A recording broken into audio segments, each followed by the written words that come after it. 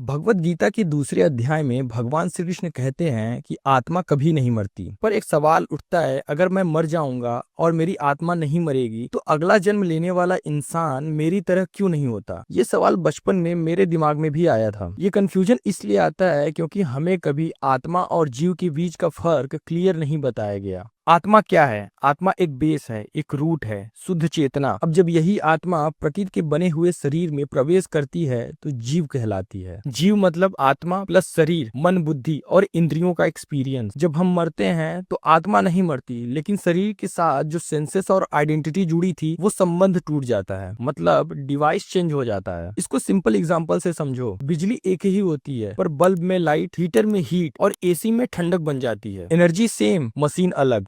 इसी तरह आत्मा सेम रहती है, पर वो जब नया शरीर लेती है तो नए संस्कार, नए कर्म और नए एक्सपीरियंस जुड़ जाते हैं। इसीलिए अगले जन्म में सेम पर्सनालिटी नहीं होती, कॉन्शियसनेस सेम, एक्सप्रेशन अलग। तो कृष्णा जी का मतलब ये था कि तुम शरीर नहीं, तुम वो चेतना हो जो हर जन्म में एक नया रोल प्ले करती है। इसी तरह मनुष्य का सिस्टम चलता है। जय श्री कृष्णा।